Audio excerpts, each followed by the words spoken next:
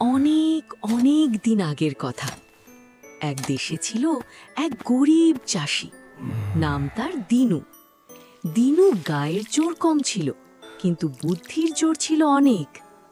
গ্রামের শেষ মাথায় বিশাল এক তেঁতুল গাছের ডালে থাকত এক ভয়ঙ্কর রাক্ষস। সে গ্রামের মানুষকে খুব জ্বালাতন করত। আমি এই গ্রামের রাজা, সবাই আমার প্রজা। একদিন দিনু তার জমিতে হাল চাষ করছে, এমন সময় রাক্ষসটা হাও মাও ঘাও করে তেড়ে এলো। ওরে পিচকে মানুষ, আজ তোকে চিবিয়ে খাবো।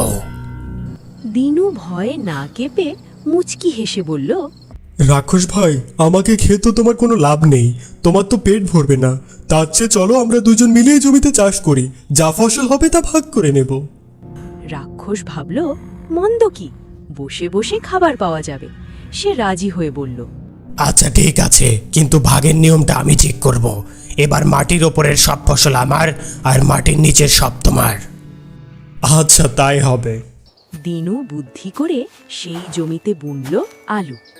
ফসল পাকার পর রাক্ষস এলো ভাগ নিতে। আমার ভাগ কই? ওই যে, তুলে নিয়ে খাও। সে দেখল মাটির ওপরে শুধু শুকনো আলুর পাতা আর ডাল। রাক্ষস সেগুলো চিবিয়ে দেখল বিশ্রী তেতো স্বাদ। ওদিকে দিনু মাটির নিচ থেকে সব সুন্দর গোল গোল আলু তুলে বাড়ি নিয়ে গেল। রাক্ষস রেগে মেগে বলল, এবার ঠকিয়েছিস, পরের বার মাটির নিচের সব ফসল আমার, আর উপরের সব তোর। আচ্ছা রাক্ষস ভাই, তাই হবে। এবার দিনু সেই জমিতে বুনল ধান। ফসল কাটার সময় হলো। দিনু ওপর থেকে সব সোনালি ধান কেটে নিয়ে গেল, আর রাক্ষসের ভাগে পড়ল মাটির নিচের শুধুই খড় আর শিকড়। শিকড় চিবিয়ে রাক্ষস রাগে আগুন হয়ে গেল। সে চিৎকার করে বলল, পরের বার আমি আর কোনো ছাড় দেব না, আগা এবং গোড়া দুটোই আমার, তুই শুধু মাঝখানের টুকু নেবি। আচ্ছা রাক্ষস ভাই, তাই হবে। এবার দিনু বুদ্ধি করে সেই জমিতে লাগালো আখ। আখ পাকার পর রাক্ষস এসে মহানন্দে এবার আমাকে তুই কিভাবে ঠকাবি? গাছের আগার পাতা আর গোড়ার শক্ত শিকড় কেটে নিয়ে গেল।